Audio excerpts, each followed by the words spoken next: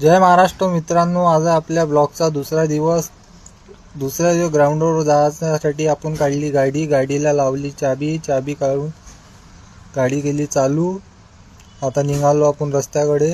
पोचलो बारीपुऱ्यातून लेफ्ट मारून निघालो आपण मेन रोडवरून आलो आपण पुलाखाली. हा आपला बीच. ग्राउंडवर आलो आपण. हे आता ग्राउंडवर पोचल्या, गाडी लावली पार्किंगला, उतरलो. आता चाललो पैदल पायी. ग्राउंडवर फिरता पोरं दिसले. गोळा फेकताना तर जोश आला, तर आम्ही गेलो गोळा फेकायला.